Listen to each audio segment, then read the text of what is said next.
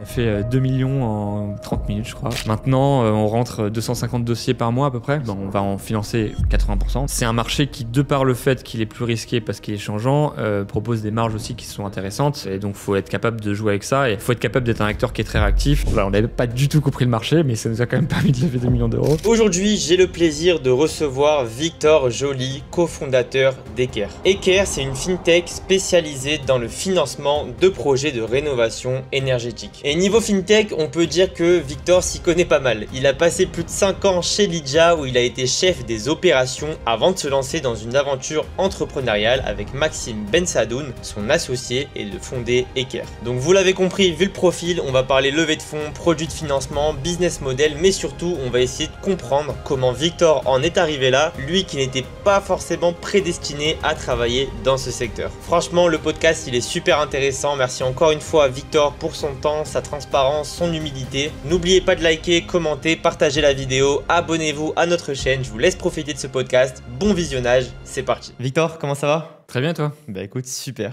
content de t'avoir. Parce que je pense que ça va être très intéressant, tu as un parcours super intéressant et justement on va en parler. Ce que je te propose, tu te présentes vraiment très rapidement et après on va reprendre justement ton parcours de zéro pour voir comment tu en es arrivé là. Donc, je te laisse te présenter déjà. Ça marche. Donc Victor, moi je suis un des deux cofondateurs de la société Eker, qui est donc une société qui existe depuis 2 ans aujourd'hui, qui opère dans le secteur des énergies et qui est spécialisée sur des sujets de financement sur ce secteur-là. Ok, super, très clair. Donc j'imagine que ça ne s'est pas fait du jour au lendemain. Donc on va essayer de comprendre justement comment tu en es arrivé là. Donc déjà, c'est quoi tes parcours? Est-ce que tu as commencé dans le milieu des énergies ou vraiment rien à voir? Comment tu as commencé? Ouais, alors j'ai une courte expérience dans le domaine des énergies, vraiment quand j'étais très jeune. En fait, j'ai fait une école d'ingénieur qui était plutôt généraliste, mais quand même assez orientée dans le secteur de l'énergie. Donc j'ai fait pas mal de stages à l'époque dans l'énergie, mais pas du tout dans, on va dire, les services à énergie, l'installation comme on en parle aujourd'hui, mais plutôt dans des gros groupes. J'ai fait des stages chez Total, chez Engie. Ce genre de choses. Et après, je suis complètement parti de ce secteur-là, en allant bosser plutôt sur des sujets de services financiers. D'accord. Et donc voilà, maintenant, je recoupe un peu les deux en faisant à la fois les services financiers et de l'énergie. Donc voilà, mes deux passions de ma carrière, quoi. Exactement. Alors, on va peut-être pas faire toutes les expériences. Je sais pas c'est quoi les expériences petites qu'il y a avant, entre guillemets, les petites expériences courtes. Mais je pense que la grosse expérience qu'on peut parler avant de parler d'Eker, c'est Lydia. Ouais. Alors, est-ce que tu veux nous raconter déjà comment tu arrives là-bas Ouais. Donc moi, avant de travailler chez Lydia, je travaillais chez McKinsey, qui est donc un gros cabinet de conseil. D'accord. Voilà. D'accord. Tu faisais quoi là-bas? Moi, j'étais consultant. C'est justement, j'avais rejoint McKinsey dans l'idée de bosser pour des grosses boîtes de l'énergie, et voilà, qui étaient certains clients de McKinsey à l'époque. Et en fait, ça s'est pas du tout fait. Et en fait, quand tu es un jeune diplômé qui arrive chez McKinsey, tu fais un peu ce qu'on te demande de faire. Et je me suis plutôt retrouvé à travailler pour des banques et des assurances. Et donc, j'ai eu un peu cette fibre-là à ce moment-là et ça me plaisait bien aussi comme secteur. Et en gros, au bout de quelques années chez McKinsey, McKinsey proposait en fait, la possibilité de partir bosser dans une autre boîte pendant 1 an et de revenir. Donc moi, j'aimais bien ce que je faisais chez McKinsey, mais je trouvais ça assez cool de pouvoir aller voir quelque chose de complètement différent pendant 1 an. Et c'était le moment, donc là, 2016-2017, où la French Tech commençait vraiment à éclore, les startups, etc. Et donc j'avais vraiment envie de découvrir ce que c'était qu'une startup, parce que j'étais quand même assez loin de ce monde-là, dans les grands groupes. Enfin, McKinsey bosse quand même beaucoup pour le CAC 40, etc. Et donc j'ai saisi cette opportunité et vu que je faisais plutôt des services financiers, j'ai regardé un peu les boîtes, les startups type finance qui existaient. Et j'en ai contacté plusieurs, dont Lydia, qui était une toute petite boîte à l'époque. Ils étaient 20. Ça existait depuis pas mal d'années, mais dire ça commençait tout juste à être connu et à décoller. Et c'était un peu, voilà, quand je parlais à Lydia, je crois que je connais, j'ai déjà utilisé ce truc-là. Voilà, rien à voir avec maintenant où voilà, tout le monde connaît l'application. Et j'ai rencontré les 2 fondateurs. Ils m'ont dit, tu sais quoi, on trouvera des trucs à te faire, viens, tu vois. Et moi, vu que j'avais pas grand-chose à perdre, parce que j'avais passé seulement 1 an dans la boîte, je me suis dit, ok, why not? Et je les ai rejoints et à l'époque c'était pour lancer leur premier produit payant parce que donc Lydia c'est une solution de paiement entre amis, c'est devenu aujourd'hui une banque.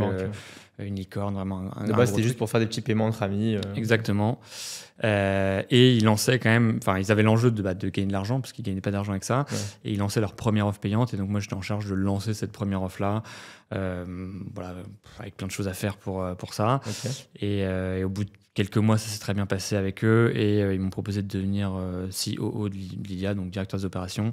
Et donc, j'ai rejoint la direction de Lydia à ce moment-là et j'ai fait au total 5 ans là-bas. Et donc, une petite boîte de 20 personnes qui fait des virements entre amis à une licorne française avec 500 personnes qui travaillent dedans et plein de produits, voilà, quasiment bancaire, quoi, clairement. Et alors, c'est quoi ta vision de l'intérieur? Comment ça se passe quand on rentre dans une boîte qui a 20 salariés et qui finit licorne française? Et en plus, tu étais un gros poste, CEO, COO. C'est quoi la vision que tu as de l'intérieur de cette boîte?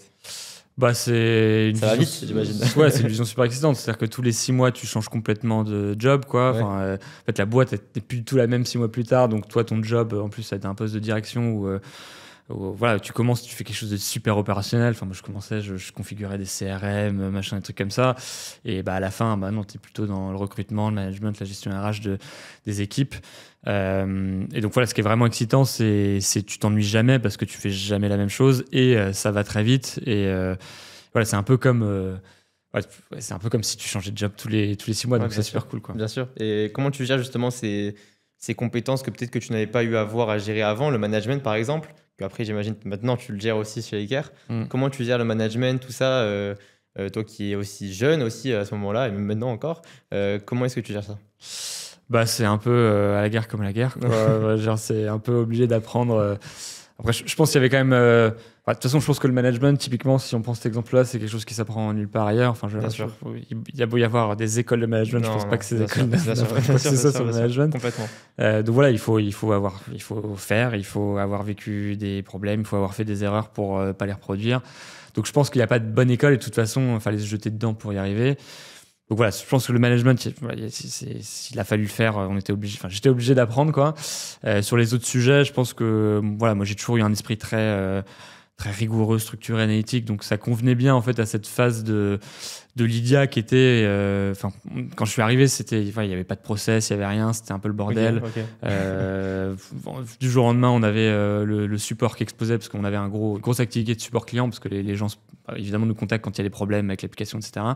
Et des fois, on se retrouvait avec des milliers de tickets qui étaient en attente, des semaines pour répondre. Et il n'y avait rien qui était structuré pour éviter ça, faire en sorte qu'est-ce qu'on fait quand ça arrive, etc. Donc voilà, moi, j'avais vraiment ce rôle de hyper rationnel, en fait, il y a ce problème-là qui arrive, comment on le résout, comment on structure des choses pour que ça se reproduise pas. Et ça, j'ai envie de dire, c'est un peu un métier aussi d'ingénieur ou c'est des choses que j'avais déjà fait ou de consultant comme je faisais chez McKinsey. On arrivait, il y avait des problèmes dans des boîtes, fallait les résoudre, fallait faire un diagnostic, analyser les choses, mettre en place des choses. Donc j'ai envie de dire, j'avais en moi les qualités et certains intrinsèques qui m'ont permis de faire fonctionner ce truc-là, même si effectivement j'étais jeune et j'avais jamais géré une boîte de 500 personnes. Bien sûr. Et donc comment ça se passe déjà? Est-ce qu'à ce moment-là, tu entends parler un peu à droite à gauche peut-être des énergies, du secteur des énergies qui marche bien et peut-être tu vois déjà les problématiques à ce moment-là ou pour l'instant tu es concentré sur Lydia à ce moment-là? C'est vraiment à la fin de Lydia que en fait c'est vraiment quand je me suis posé la question de c'est quoi la suite que j'ai commencé à me poser des questions sur ce que je voulais faire. Donc c'est plutôt arrivé à la fin, quoi, je dirais dans les 6 derniers mois. Et j'aimais beaucoup la vision de Lydia, qui était une vision on va un peu transformer la finance. Aujourd'hui, quand tu vas voir ton banquier, tu n'es pas forcément très satisfait de l'expérience que tu as, et donc on va essayer de construire quelque chose de différent. J'aimais bien cette vision, mais ça je veux dire, me lever le matin en me disant, pour les 30 prochaines années de ma vie, en me disant, je remplace juste une expérience chez ton banquier qui est pas ouf par une expérience qui est beaucoup mieux sur une application. C'était pas suffisant pour me dire, ok, c'est un truc, c'est une mission qui me paraît valoir le coup de donner sa vie pour cette mission, quoi. Forcément, moi, j'avais, comme j'ai dit au tout début de ma carrière, j'avais bossé dans l'énergie. C'est des sujets qui me paraissaient vraiment cruciaux, quoi. Je veux dire, l'énergie, c'est à l'échelle d'un pays, c'est des sujets qui sont hyper stratégiques, qui sont hyper importantes, et qui sont prises au niveau du gouvernement parce que c'est hyper important. Et en plus de ça, on rajoute la transition énergétique et la transition écologique qui fait que c'est des sujets encore plus importants parce qu'au-delà du domaine de la souveraineté nationale ou européenne, ça devient des domaines de la survie de la planète, quoi. Et donc, moi, ça m'intéressait de me remettre là-dedans. Et c'est pour ça qu'on a créé le sujet et on a parlé à pas mal de fonds d'investissement avec mon associé à ce moment-là, et ils voyaient pas mal de projets qui se lançaient dans la rénovation énergétique ou le solaire, ce genre de choses. Et donc c'est à ce moment-là qu'on s'est dit, je pense qu'il y a un truc à faire. Il n'y a pas vraiment de boîtes qui ont percé là-dedans en France. Quand je dis boîte, c'est des startups bien sûr. comparables à ce que nous on était en mesure de faire. Alors qu'en Allemagne, typiquement, il y a beaucoup de boîtes qui ont levé beaucoup d'argent, qui ont fait des très gros succès. Et on s'est dit, il y a sûrement quelque chose à faire en France. Et c'est comme ça qu'on s'est mis à creuser un petit peu le sujet. Ok, tu as parlé de mission. À quel point c'est important pour toi d'avoir une mission quand on travaille? Parce qu'il y a des personnes qui sont satisfaites, et on ne les juge pas, mais de leur salaire, de leur situation, et n'ont pas vraiment cette énergie au fond d'eux qui leur donne envie d'avoir une mission et de vraiment faire des choses qui ont du sens. À quel point c'est important pour toi, ça? C'est important pour moi parce que je pense que au bout d'un moment, moi typiquement chez Lydia, quand je disais que la mission me plaisait sans être non plus un truc pour lequel j'allais y faire ma vie, je pense que j'arrivais à me satisfaire du fait que je trouvais cool le fait que la boîte était en train d'exploser, qu'on était au sein d'une licorne qui était en train de se faire. Il y avait plein de choses qui étaient super excitantes et ça me suffisait. Mais après avoir vécu tout ça, je me suis dit, ok, j'ai vécu une expérience où ce que je faisais au quotidien était passionnant.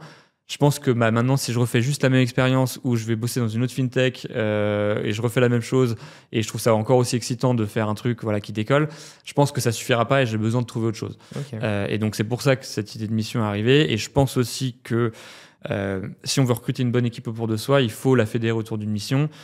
Chez Lydia, on arrive à recruter des gens brillants parce que c'était un peu l'application que tout le monde connaissait, tout le monde était fier de travailler pour Lydia et de dire ok, regarde l'application, ce truc là c'est moi qui l'ai fait, et dire ça à ses potes en soirée, c'était quelque chose qui était qui fonctionnait bien et qui faisait que les gens étaient passionnés par le truc. Je pense que la transition énergétique, aujourd'hui chez Eker, on recrute des gens qui sont drivés par ça et on va trouver des profils qui sont top mais qui sont motivés et qui sont top parce qu'ils sont motivés que parce que la mission de la boîte leur parle, quoi. Et donc je pense que c'est important pour moi, mais c'est aussi important pour fédérer une équipe et finalement, c'est l'équipe qui te donne l'énergie à te lever le matin et faire en sorte que ta boîte fonctionne. Bien sûr, mais c'est vrai que c'est très important ce que tu dis parce qu'on se rend compte que on a l'impression que pour motiver des équipes, il faut juste les augmenter. Mais en fait, pas du tout. Il faut leur donner une vraie raison de se lever le matin et une vraie, de leur donner une vraie mission. Donc justement, c'est très intéressant ce que tu dis. Justement, pour parler de ton associé, tu as lancé Eker, on va en parler, mais ton associé, tu l'as rencontré chez Lydia, il me semble. Exactement, ouais. Donc tu peux expliquer un peu de comment tu le rencontres, etc. Ouais, en gros, c'est moi qui l'ai recruté chez Lydia. Ah, ok, d'accord. Donc moi, j'ai fait 5 ans chez Lydia, lui 4, donc on a fait quand même une grosse part du parcours ensemble. C'est quelqu'un qui bossait déjà pas mal dans la fintech, qui est ingénieur comme moi. Donc on peut le citer, c'est Maxime Bensadoun, exactement. On lui passe le bonjour. Bonjour Maxime. Et donc il a rejoint, il était assez jeune, comme moi à l'époque, assez jeune, et on a un peu eu le même parcours chez Lydia. Partir de petite responsabilité parce que petite boîte à grosse responsabilité parce que grosse boîte, et lui il gérait toute la brique paiement chez Lydia qui est un peu, on va dire que c'est 80-90% de ce qu'on faisait, c'était du paiement, même si on avait d'autres activités de financement, etc. Donc évidemment il avait un rôle hyper important chez Lydia. Et alors vous vous rencontrez, est-ce que vous parlez déjà de sujets énergétiques, est-ce que lui il a peut-être un parcours aussi dans les énergies ou pas du tout, rapidement, Alors, lui, il a toujours voulu, depuis très jeune, s'engager dans la transition énergétique. Et un peu comme moi, lui, il s'est retrouvé, il a bossé chez Revolut, qui est donc une autre très grosse fintech européenne. Donc, il a rejoint Revolut en sortant d'école. Parce que, en fait, un peu pareil que moi avec Lydia, quoi. Tu te retrouves dans une boîte qui est en train de décoller complet, tout le monde est en train de te dire, ouais, tu bosses chez Revolut, c'est un truc de fou, cette boîte, c'est un truc de dingue, machin. Et les ambitions étaient complètement folles. Et en fait, il s'est retrouvé dans ce truc-là, il a continué. Et après, il a enchaîné avec Lydia, qui était un peu la suite logique, parce que il avait un super track record chez Revolut, il est passé chez Lydia, qui était la fintech qui était montante en France. Et pareil, je pense qu'au bout de ces 4 années, il s'est dit, j'ai envie de faire un truc qui a du sens. J'ai toujours eu envie de m'engager dans la transition énergétique. Et donc, c'est un peu, on a discuté de ce truc-là et on voyait que ça matchait, dans ses ambitions à lui initiales et moi aussi le parcours que j'avais eu dans l'énergie et qui faisait qu'on avait tous les deux envie de se lancer là-dedans, quoi. Alors, comment elle vous vient l'idée comment est-ce que vous dites, on va faire un truc ensemble? Alors, pour être tout à fait honnête, c'est aussi le fait qu'on s'est tous les deux rendu compte qu'il fallait qu'on parle de Lydia parce qu'il y avait des choses qui fonctionnaient plus chez Lydia, etc. D'accord, ok. Et il y avait eu Vous êtes devenus amis, etc. Ouais, après amis, enfin genre on travaillait ensemble au quotidien, quoi. D'accord. On était plus collègues qu'amis, mais on travaillait. Et voilà, un truc s'était mal passé chez Lydia et il est venu dans mon bureau, il m'a fait là, faut qu'on se casse, vas-y, on monte un truc. Et je lui ai dit, ouais, t'as raison, faut qu'on se casse, on monte un truc, quoi. Et donc à ce moment-là, on a commencé à réfléchir Et c'était naturel que vous devez faire quelque chose ensemble? C'est venu naturellement, on doit s'associer, faire quelque chose ensemble? Je pense que moi, j'ai toujours vu, j'avais plein de gens dans mes équipes différents, j'ai toujours vu que lui, il avait vraiment un esprit entrepreneurial, quoi. Tu le vois, il y a des gens où il faut leur donner une mission et leur dire, OK, il faut que tu fasses ça, fais ça, fais ça. Lui, j'ai jamais eu besoin de lui dire quoi que ce soit, il a toujours fait les choses de lui-même et il a toujours été drivé par un truc. Et je pense que moi, j'avais ça aussi. C'est pour ça que j'ai eu ce parcours-là chez Lydia.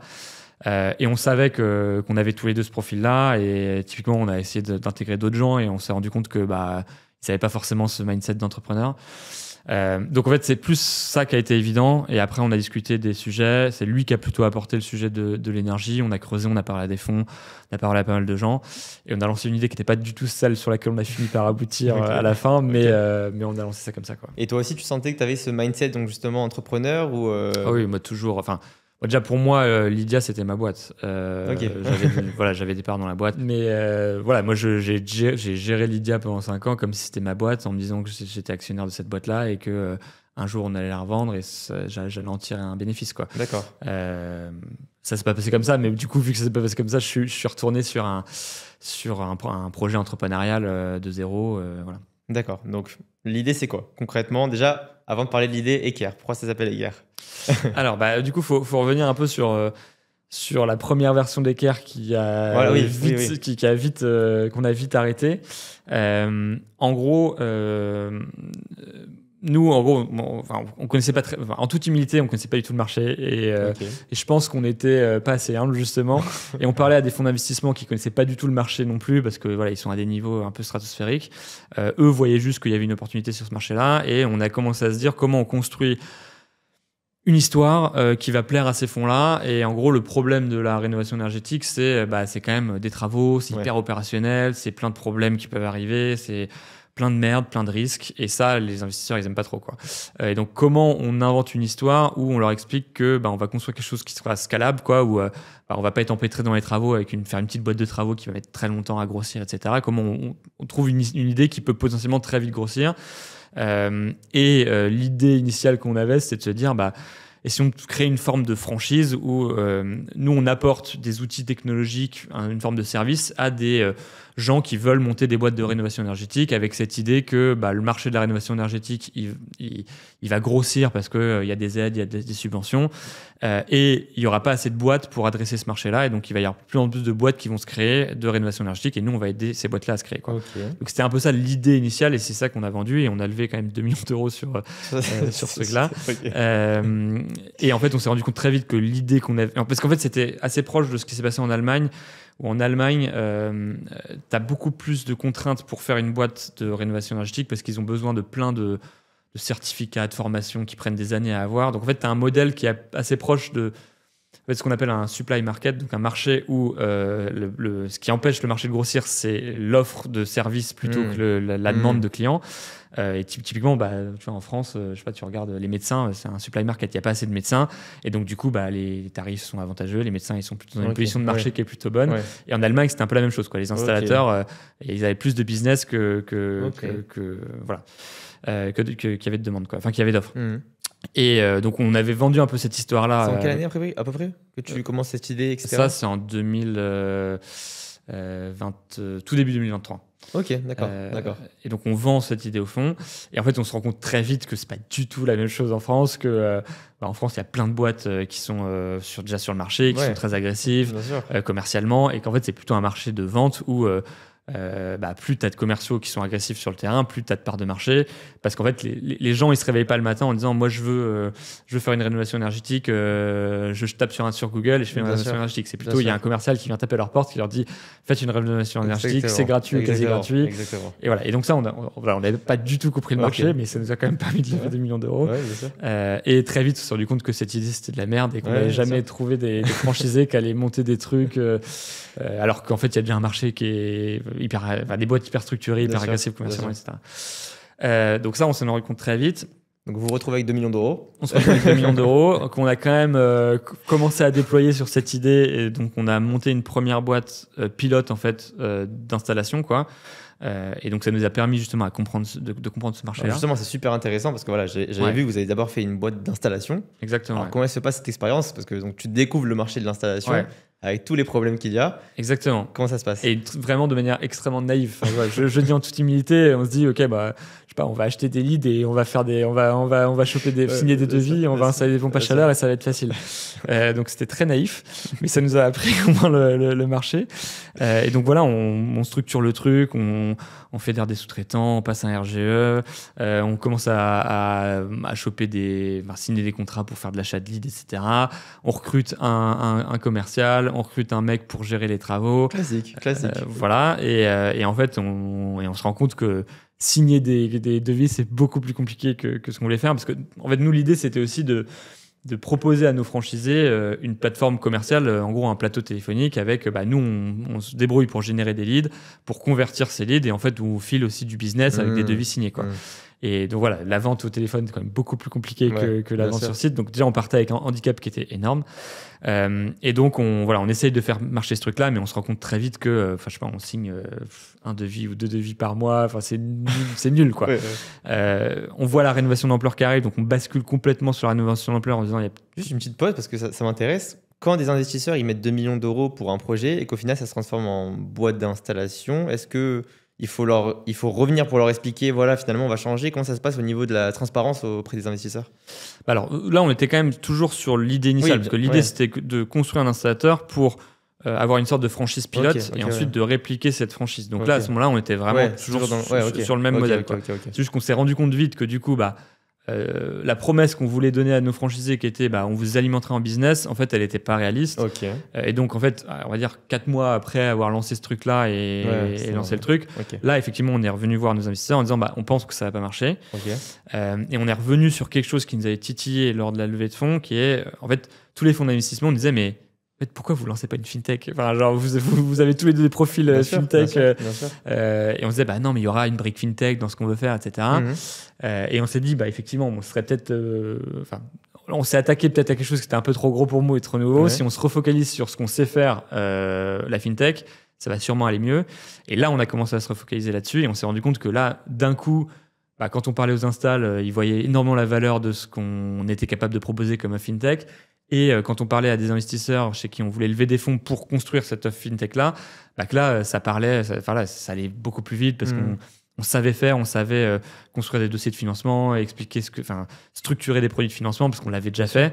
Et on s'est rendu compte que mieux, au lieu de perdre son temps à essayer de faire un truc qu'on savait pas faire sur un marché qu'on connaissait pas, c'est beaucoup plus pertinent d'aller se focaliser sur ce qu'on savait faire, sur un marché en croissance où il y a un vrai besoin de financement. Et ça, on l'a compris aussi en étant installateur. Donc tu t'en es rendu compte en tant qu'installateur que les paiements, c'est pas d'un coup. Exactement. C'est quoi la problématique que tu as rencontrée?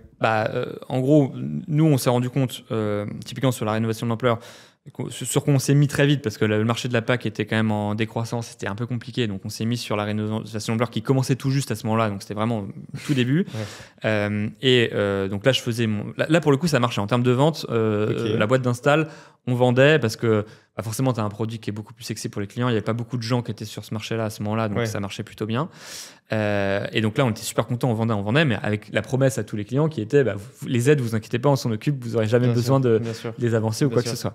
Et là, je faisais mon business plan et je me disais, mais en fait, là, on a beau avoir levé 2 millions d'euros, ça va pas marcher, quoi, parce que si l'ANA nous paye en 3-4 mois, ça fonctionne pas, quoi. Donc ça, plus la partie reste à charge, où nous, on vendait systématiquement du reste à charge, et on s'est battu pour trouver une banque qui acceptait de nous accompagner.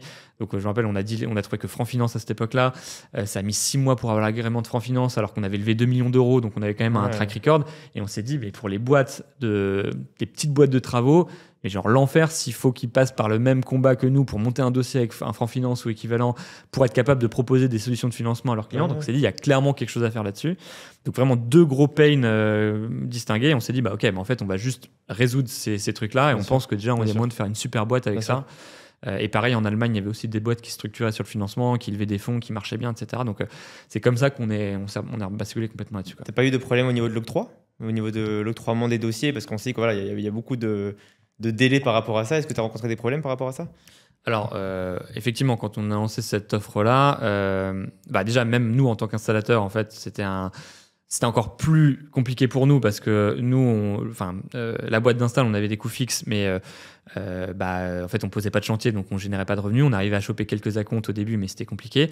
Donc effectivement, on a vu cette difficulté-là qui, pour le coup, là, voilà, c'est pas quelque chose qu'on pouvait résoudre avec, hormis en prenant le mandat administratif et en s'assurant que les dossiers étaient bien fait au début pour minimiser les octrois, mais malheureusement, il n'y a pas que ça et l'ANA est très long sur l'octroi. Donc effectivement, ça a toujours été un problème, mais c'est toujours un problème sur notre business aujourd'hui et sur le business surtout de nos installateurs qu'on accompagne, quoi. Et est-ce que justement, avec les installateurs que vous accompagnez, est-ce que tu as rencontré le même problème que tous les invités qui étaient à ta place, qui font aussi de la rénovation d'ampleur de près ou de loin? C'est les critères d'éligibilité qui sont différents par région. Est-ce que tu l'as remarqué ça aussi? Parce qu'on n'arrive pas à comprendre. Pour l'instant, on n'a toujours pas compris pourquoi ça arrive. C'est sûr que oui, il y a la loi et il y a l'interprétation de la loi de chaque DDT local qui va être différente, avec des choses qu'ils demandent qu'ils n'ont pas le droit de demander, mais qu'ils demandent quand même. Et le temps de faire un recours administratif, c'est pas la bonne solution parce que ça va pas permettre de résoudre le problème avant 2 ans. Donc c'est clairement un problème qu'on a. Mais pour moi, c'est un business. Déjà pour moi, à mon niveau, c'est un business de volume dans le sens où même s'il y a dans la masse, il y a quand même de l'octroi qui se fait, donc ça passe. Et même pour les installs, tous nos installs avec qui on travaille, ils font pas un dossier, quoi. Ils font tous, ils visent 10 dossiers par mois et ils savent que il y en a peut-être 3-4 qui vont galérer, mais les 5-6 autres, ça va le faire et ça va fonctionner, quoi. Donc c'est comme ça que nous on présente les choses aux installs et c'est sûr. C'est fou, ça veut dire que maintenant, quand on fait un business plan, quand on est une bonne install, on doit se dire, OK, sur 10 dossiers, il y en a 3 qui vont peut-être se faire payer dans 1 an et demi. Je suis OK avec ça. Il faut prendre ça en compte maintenant dans son dossier. Ouais, après il y a 2 choses. Il y a l'instruction qui prend un certain temps, qui peut poser problème. Et il y a des délais d'instruction qui peuvent être de 1 mois dans certains cas, qui peuvent être, moi, le plus long que j'ai vu, c'est 8 mois aujourd'hui. Mais ça sort. En tout cas, quand le dossier il est bien fait, et quand ça passe par Equerre, le dossier il est toujours bien fait, et nous on a toujours un check. On a eu des cas très particuliers de catégorisation de ménage parce qu'il y avait des enfants qui étaient plus ou moins à charge, mais pas à charge. Le truc était compliqué, etc. Et là, la DT a une interprétation différente de la nôtre. On discute et ils disent OK. Et on se rend compte que ça va être compliqué de les faire changer d'avis. Donc, on a eu un cas sur un dossier où, en gros, le ménage était très modeste selon nous. Finalement, il était modeste. Et là, le dossier a sauté parce que reste à charge trop important. Donc, ça arrivait qu'une fois que le dossier saute. Mais nous, on n'a pas trop de problème de dossier qui saute hormis celui-là. C'est plutôt des délais qui sont allongés, quoi. C'est plus ce problème-là. Et le deuxième problème qui est le délai de paiement, où là, nous, on voit quand même des trucs à 4, 5, 6 mois, c'est quand même très lourd. Là, c'est notre métier. Voilà, c'est notre métier. On va en parler justement. Donc voilà, on a fermé la petite parenthèse au niveau des régions parce que c'est vraiment incroyable. Donc justement, comment ça se passe? Vous avez cette idée, après ce petit passage un peu bancal au niveau du premier projet, de la première idée. Qu'est-ce qui se passe? Qu'est-ce que vous vous dites en fonction justement des problématiques que vous avez rencontrées, j'imagine, dans la première boîte? Comment est-ce que vous arrivez à la conclusion de Equerre d'aujourd'hui?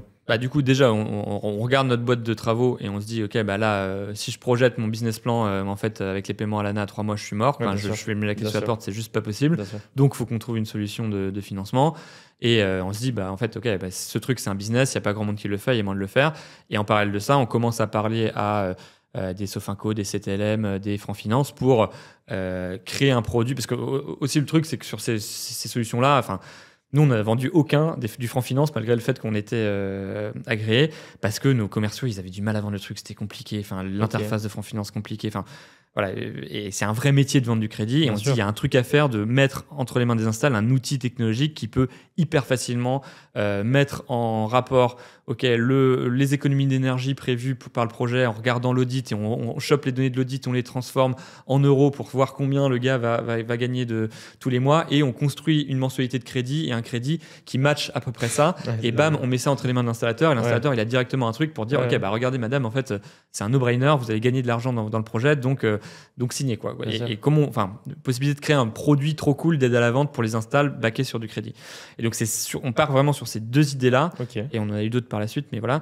Et donc, en fait, le premier produit plus facile à lancer parce qu'on n'a pas besoin des banques qui mettent toujours qui ont mis nous 1 an pour comprendre ce qu'on voulait faire, accepter le truc, signer un contrat, etc. pour qu'on puisse vraiment distribuer leur crédit et vraiment être un intermédiaire entre des installateurs et eux. Et en revanche, le premier produit, on a très vite réussi à lever des fonds sur ce produit-là et le lancer, le structurer. Mais c'était à notre main, quoi. Il y avait beaucoup de travail, mais c'était à notre main pour structurer ce produit-là. Et on l'a lancé, nous, en août. Donc, en fait, on a décidé de pivoter. Donc, on a lancé la boîte d'install, tu vois, genre en novembre à peu près. Okay. Février, on s'est dit, bon, faut qu'on change. Et en juillet-août, on a lancé le produit qui était live avec des fonds levés, des contrats qui étaient prêts. Et on a commencé à commercialiser ce produit-là. C'est rapide quand même. C'est vraiment un changement assez rapide. Un changement rapide. Et le deuxième produit, par contre, ça a mis plus de temps. Là, on le lance maintenant. Donc, le mois prochain, on lance un produit vraiment qui va, je pense, cartonner parce que tous les tests utilisateurs qu'on a fait, enfin, tous les retours installateurs, ils sont genre incroyables.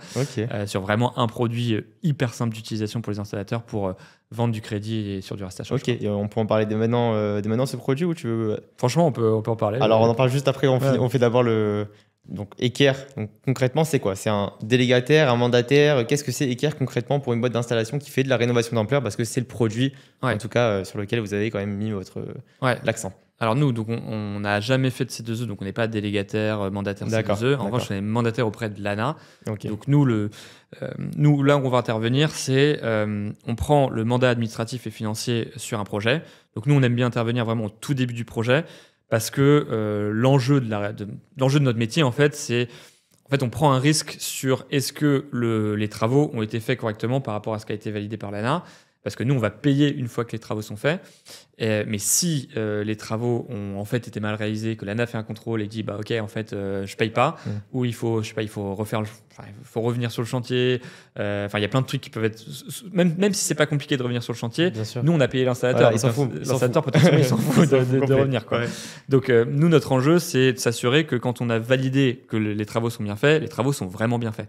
Donc nous, on aime bien intervenir en tout début du process pour pousser, et en fait on force un marque qu'on connaît. Enfin, nous on finance des projets qu'avec des marques qu'on connaît très bien, quoi. Okay. Et donc on impose un marque qu'on connaît. Souvent les installs sont contents parce qu'on a des marques quand même qui sont réactifs, et c'est pour ça que nous on n'a jamais fait le choix d'être marque nous-mêmes, parce qu'on préfère travailler avec des marques. Donc c'est vraiment le métier d'être marque, et potentiellement si on a un qui est surchargé, on redirige vers un autre marque, quoi. Donc ça c'est un modèle qui est assez différent par rapport à d'autres concurrents qu'on a, et je pense qui fait qu'on est meilleur, je pense, opérationnellement. Et donc, nous, on appelle le client parce qu'on veut vraiment sécuriser le process au tout début pour qu'on s'assure que le client, il comprend ce dans quoi il s'engage, il comprend ce que c'est le process, il comprend qui est le MAR qui va intervenir, on le redirige vers le MAR, on aide le client à souscrire à la prestation MAR. Et donc là, on prend le mandat dès le début et donc on check tous les documents qui sont faits par le MAR pour s'assurer que le dossier il est carré, il va bien être passé, etc. Et donc, une fois que les travaux, que l'octroi est fait, l'install fait ses travaux, et nous on se base sur le contrôle du MAR. Éventuellement on rajoute un contrôle COFRAC en plus si on a besoin, parce que qui n'est pas obligatoire. Alors c'est nous qui le décidons, voilà, d'accord.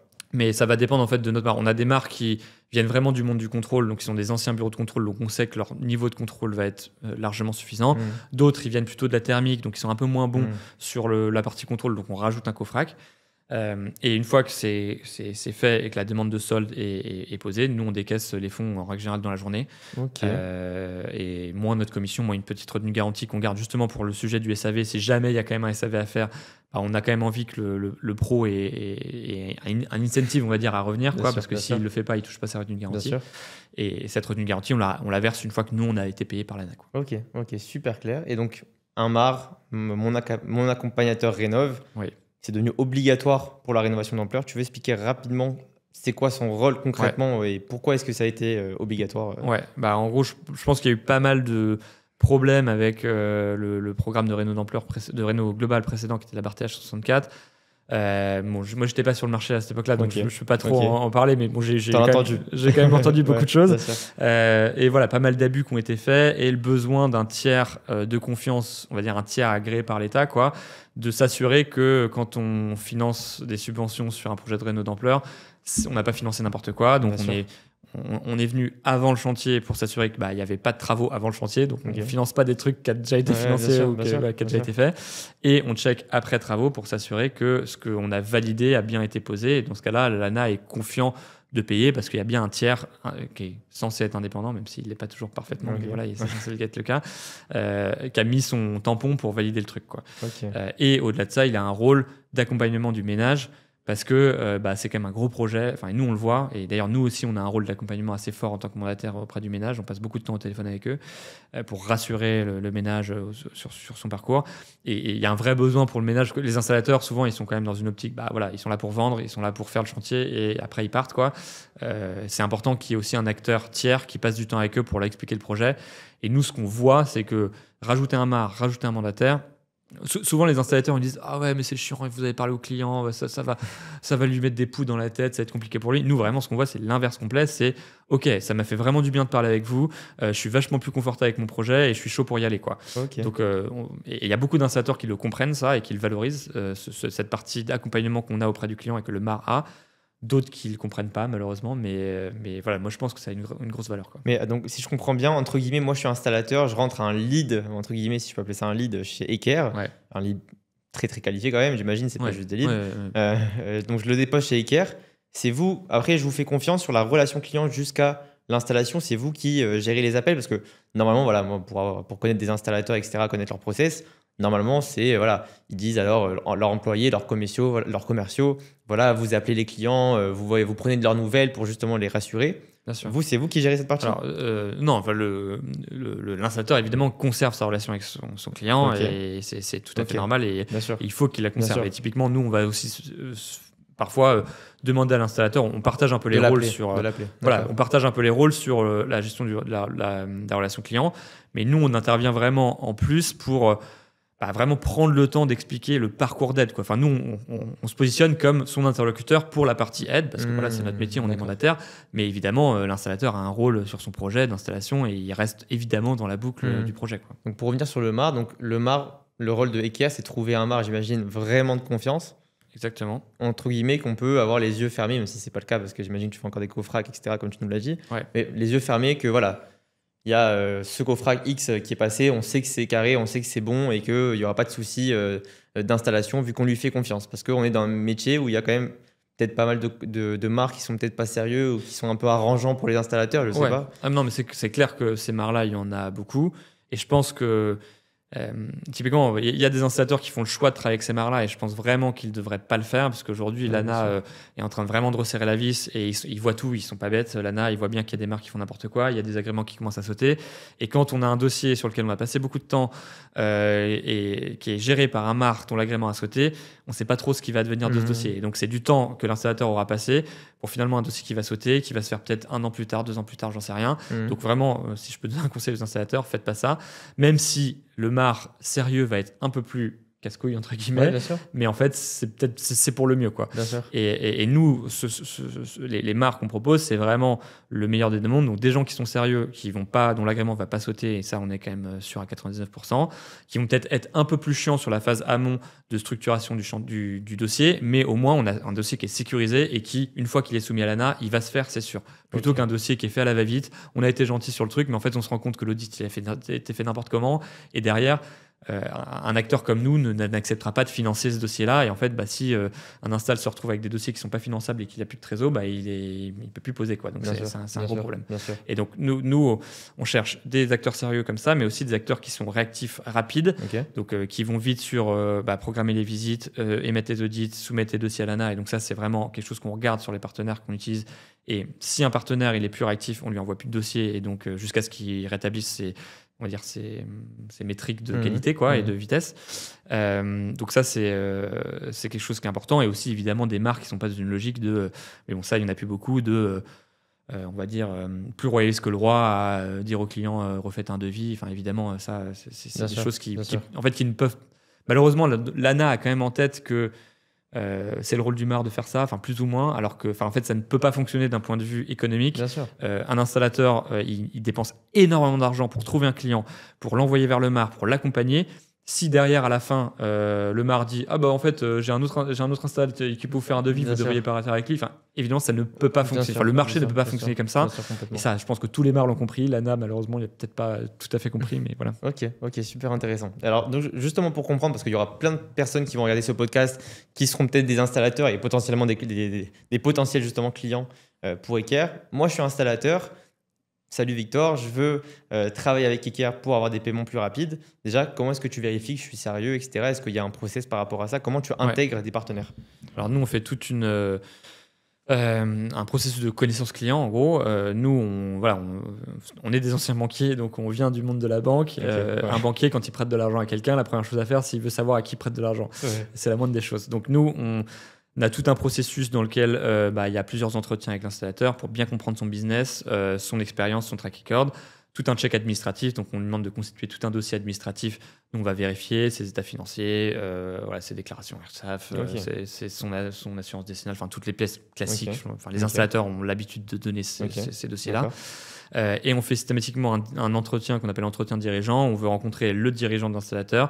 Et face à lui, il y a soit moi ou mon associé ou notre directeur commercial. Et vraiment, on passe 1 heure à avoir une discussion et on revient sur le business de l'installateur, ce qu'on peut faire ensemble, comment va fonctionner le partenariat et explorer aussi tous les autres produits que nous, on est capable de produire. Parce que là, on parle beaucoup du financement et de d'ampleur, mais on a d'autres produits, comme je l'expliquais tout à l'heure, d'autres produits qu'on est sur le point de lancer. Et on cherche à comprendre aussi, eux, quels sont leurs besoins sur là-dessus pour justement construire les bons produits pour eux. Parce que nous, on n'est pas un délégataire C2E, on n'est pas dans une logique de... nous, on est vraiment une fintech, une boîte de technologie et on crée des produits technologiques de services financiers on n'est pas comme beaucoup de délégataires qui venaient du monde de C2E et qui se disent je finance du MaPrimeNote parce que c'est un peu la même chose. Nous, on vient du monde de la technologie et de la finance et on crée des produits de services financiers. On a créé ce produit-là de services financiers en premier parce que c'était le plus facile à construire, mais on est en train d'en construire d'autres pour permettre résoudre tous les problèmes financiers des installateurs. C'est un peu ça notre mission. Ok, super intéressant. Et donc, alors, moi, je suis installateur, encore une fois, pour revenir sur le parcours, entre guillemets. C'est bon, j'ai été accepté chez Eker, je peux être partenaire chez vous.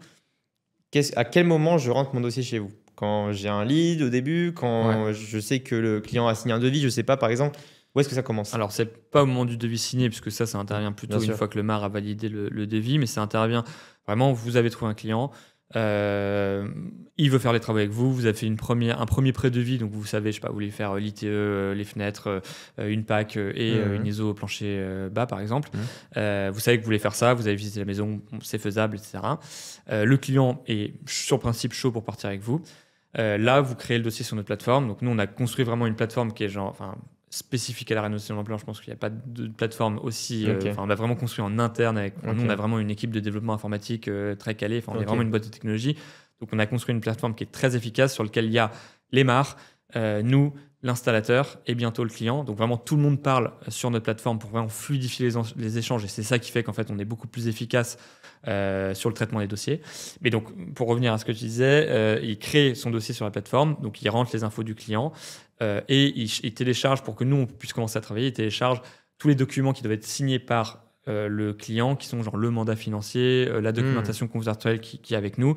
Et nous, ça nous permet de nous assurer que si le client a signé ça, c'est que c'est pas juste un lead, comme tu dis, c'est quand même un client qui a signé des papiers et c'est un vrai projet qui est là.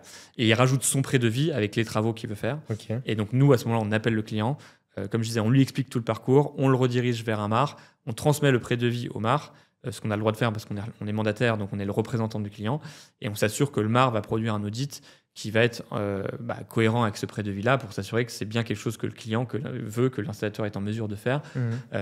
Et derrière, l'installateur peut émettre son devis une fois qu'il a son audit, donc il aligne son devis sur l'audit.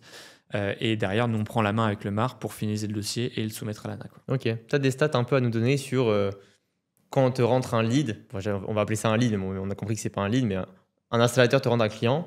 Il y a combien de casses? J'appelle casse aussi des personnes qui ne répondent pas, sûrement des clients qui ne répondent plus jamais, je ne sais pas pourquoi. Et est-ce que aussi, quand tu as un installateur qui t'envoie, tu fais le calcul de ces 100 leads qui t'a rentré et tu vois que c'est pas intéressant, en tout cas c'est un peu de la perte de temps de travailler avec lui parce qu'au final tous ces clients ne sont pas si chauds que ça.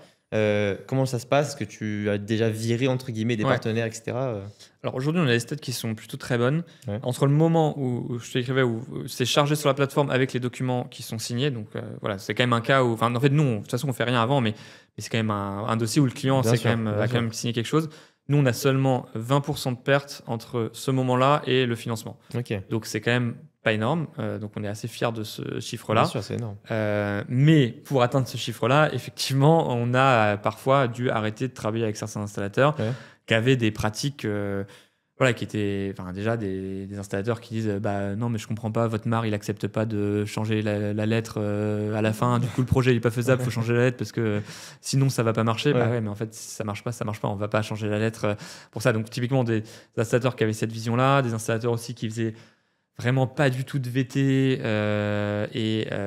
qui, en fait, on se rendait compte que ça marchait pas parce que on travaille sur le dossier, on passe du temps et en fait une fois qu'ils visitent la maison, ils se rendent compte non, en fait c'est pas possible ce qu'on a dit, il fallait savoir avant parce que là en fait on a engagé des coûts et en fait ça marche pas. Donc voilà, c'est un peu, on travaille avec des installateurs qui veulent faire les choses bien, qui veulent pas tricher, qui sont professionnels dans leur démarche parce que en fait si je fais vraiment 0 VT ou vraiment le minimum du minimum, et ça va pas marcher non plus, quoi. D'accord. Et tu veux parler aussi, vu qu'on y est, des autres fonctionnalités qui arrivent, qui sont prévues par Eker? Donc, nous, en fait, ce produit que je viens de te donner, il est vraiment intégré dans un produit de financement du reste à charge qui sera disponible pour la réno d'ampleur, mais aussi pour le monogeste et pour le solaire. Okay. Parce qu'effectivement, sur la réno d'ampleur, il y a l'éco-PTZ qui est assez présent, même si il est quand même... nous, ce qu'on dit toujours à nos installateurs, c'est oui, certes, votre client il veut faire des l'éco-PTZ, mais ça va pas rallonger votre process de 3 mois. Donc, c'est quand même... Vous avez déjà 6 mois de délai ANA, pour rajouter 3 mois, c'est chiant. Donc, si vous êtes capable de faire du Sofinco CTLM à la place, c'est quand même mieux pour tout le monde. Quitte à faire du taux compensé. Donc, le taux compensé, c'est le client, l'installateur prend en charge une partie du taux d'intérêt. Okay. Donc, typiquement, il est capable de... Techniquement, il peut proposer du Sofinco à 0 € si lui, il prend en charge le taux d'intérêt. Donc ça, c'est quelque chose qu'on va pouvoir proposer aussi sur notre produit.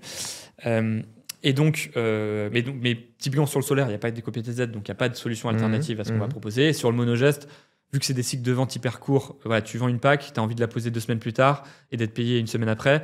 Tu n'as pas envie de dire à ton client, OK, va demander un éco-PTZ, ça va prendre 3 mois. Donc, il y a un vrai enjeu à utiliser ces solutions-là. Et donc, nous, on travaille avec Sofinco et CTLM et on a créé vraiment un produit qui permet à n'importe quel installateur, même s'il n'a pas d'agrément, parce que quand tu travailles en direct avec CTLM, tu as besoin d'un agrément CTLM, ça prend 6 mois, c'est long, c'est compliqué, c'est chiant. Et tu te retrouves avec l'outil de CTLM il marche, il est fonctionnel, il n'y a pas de souci, mais il est quand même, par rapport à ce qu'on a produit, c'est quand même beaucoup moins bien fait. Il faut quand même être capable de structurer ce que je disais tout à l'heure en disant, il faut que je regarde les économies d'énergie, il faut que je structure des mensualités, un crédit avec des mensualités qui vont être à peu près au même niveau. Il faut que je trouve un moyen de présenter ça à mon client pour lui expliquer que ça va être pas cher. Tout ça avec CTLM, c'est compliqué à faire. Quoi. Avec ce nous, on a construit, c'est hyper facile. Donc vraiment, typiquement, si je prends l'exemple réno d'ampleur, tu as juste à mettre ton audit dans l'outil. Nous, avec l'intelligence artificielle, on détecte les économies d'énergie. Okay. Donc, derrière, tu remplis quelques questions sur ton client en tant qu'installateur. Donc, pour faire tout ça, tu n'as pas besoin d'avoir d'agrément, etc. Donc, tu vas répondre les questions classiques du crédit, revenus, charges, etc. Situation familiale. Et derrière, ça shoot un mail à ton client. Et là, en fait... Toi, vu que tu n'es pas agréé, tu n'as pas le droit de parler de crédit à ton client, mais nous, Eker, via notre interface, on a le droit de lui parler. Donc, en fait, ça shoot un mail à ton client. Donc, tu as juste à dire à ton client, ouvre tes mails. Si le client accepte de partager sa simulation avec l'installateur, ce qui est la première question qu'on lui propose, l'installateur, lui, il peut aussi récupérer la simulation. Donc, tout le monde peut regarder la simulation. Légalement, l'installateur n'a pas le droit de lui parler de crédit, mais c'est notre interface qui lui parle de crédit. Et donc là, nous, on a récupéré l'audit, toutes les infos du projet, et on lui montre un super graphique qui lui explique, OK, voilà tes économies d'énergie, voilà ton crédit, on te propose ce crédit qui match parfaitement, voilà combien tu vas économiser tous les mois, etc. Et tu as des toggles qui te permettent de, si tu veux, OK, je veux étaler un peu plus, je veux mettre un peu plus d'apport, un peu moins, etc. Donc tu peux jouer avec ton truc. Incroyable. Tu valides, tu shootes tes 3 documents et nous, on s'occupe de tout derrière. Et l'installateur, il a le suivi du financement, il sait si ça va bien être. Donc on fait une validation, nous, une pré-acceptation automatique. Et derrière, il faut quand même que la banque check des trucs qu'on ne peut pas checker, type fichage Banque de France, etc. Et donc, mais ça, l'installateur peut le suivre sans problème par la suite via notre plateforme pour voir l'avancement de son dossier. Il sait à quel moment c'est validé. Et donc ça, c'est la première brique. Et la deuxième brique, c'est si le client n'est pas éligible et pour la rénovation d'ampleur. Là, on bascule sur notre autre produit que je te décrivais tout à l'heure, qu'on appelle Ekerflex, où là, on dit, là, en fait, t'as un reste à charge, t'arrives pas à le faire passer, il n'y a pas de crédit possible. Donc la seule solution, c'est d'étaler le paiement. Et donc là, on bascule sur cette solution et on te la propose pour pousser ça au client. Incroyable. Franchement, trop fort. Franchement, le truc, et on a fait vraiment plein de démos aux installs et tout le monde ils sont vraiment hyper excités d'utiliser le produit et le truc est vraiment top. Donc ça, c'est prêt en mai. Ça, c'est prêt, on lance le 12 mai. Le 12 mai, incroyable. On va suivre ça de très près parce que franchement, c'est super, super intéressant et je pense que toutes les personnes qui regardent vont être intéressés parce que ça n'existe pas. Ouais, ça n'existe pas, c'est vraiment hyper puissant. C'est incroyable. Votre activité, elle demande, j'imagine, une grosse trésorerie. Tu as dit que vous avez déjà levé des fonds. D'ailleurs, j'ai vu aussi chez Nerfip, vous avez levé des fonds, etc. Exactement. Est-ce que vous continuez à lever des fonds pour l'activité, etc. Ou maintenant ça s'autofinance, entre guillemets, ou j'imagine que vu que vous êtes en croissance, il faut encore lever des fonds, etc. Comment ça marche? Ouais, on a... Alors, il y a 2 types de levées de fonds qu'on fait, parce que nous, on est une startup, donc on finance, on fait des levées de fonds pour nos fonds propres, donc vraiment ce qui va permettre de payer les salaires, etc., et de développer l'activité, de développer des produits. Et donc ça, on a levé pas mal d'argent là-dessus, et on va continuer à lever de l'argent prochainement là-dessus pour aller encore plus vite et construire encore plus de produits. Et il y a la partie véhicule de financement pour vraiment, là, c'est de l'argent qui est dédié aux prêts qu'on fait aux entreprises. Et ça, c'est ça qu'on a fait avec Enerfip.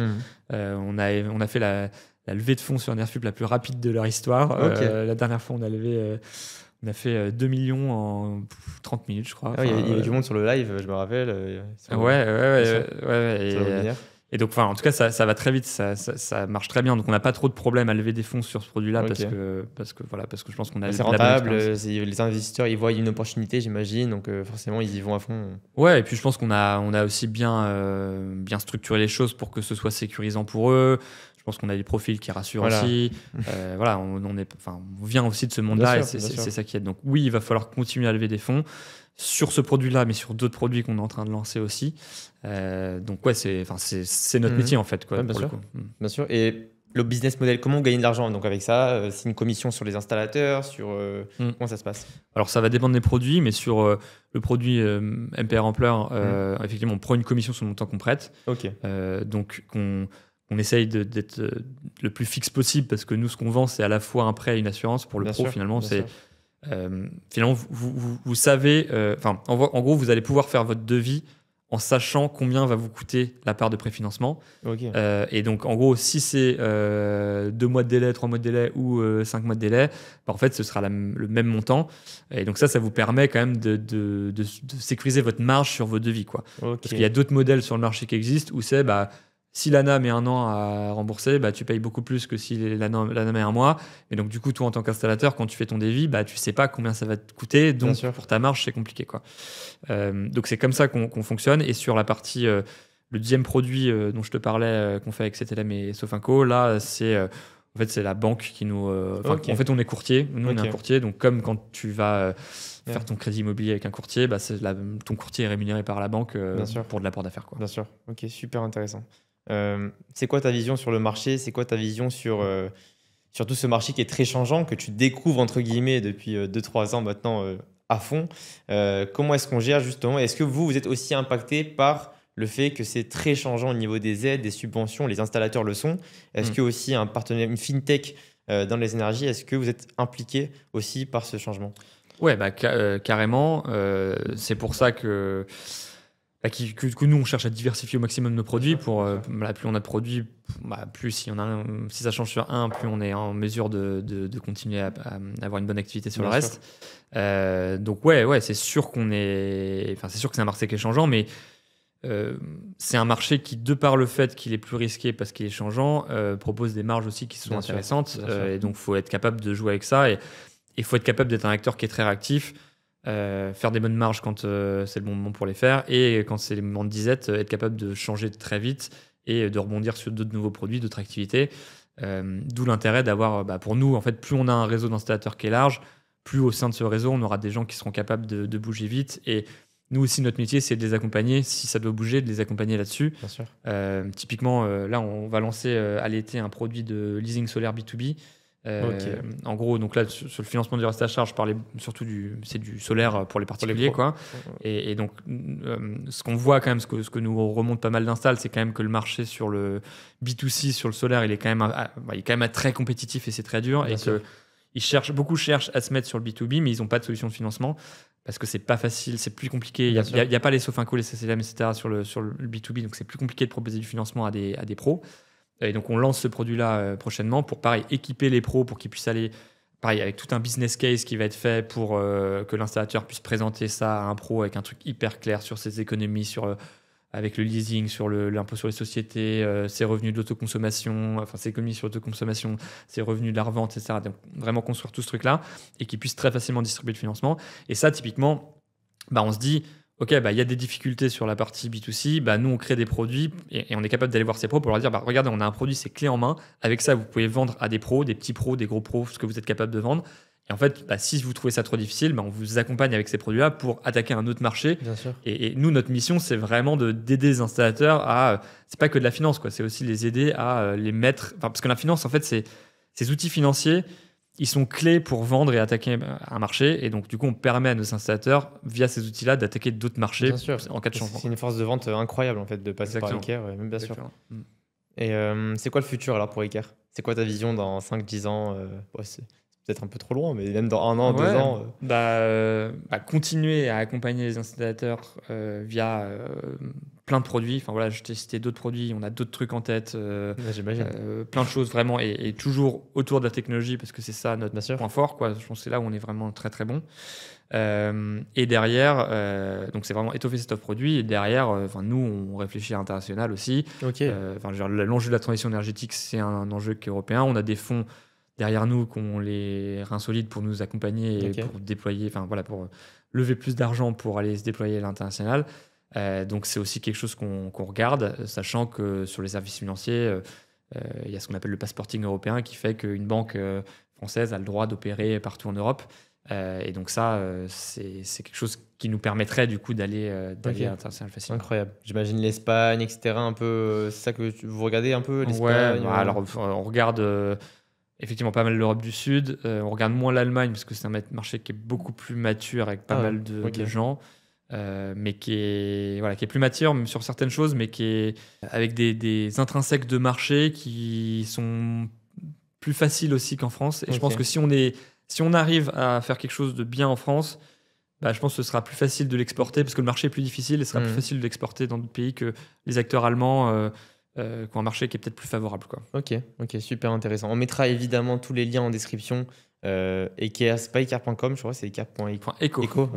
Eker.eco, on mettra tous les liens, tu m'enverras, etc. Même tes liens de ton LinkedIn, etc. Tous ces liens-là, on les mettra en description de la vidéo. Donc n'hésitez pas à les voir pour tous ceux qui sont intéressés, les installateurs, etc.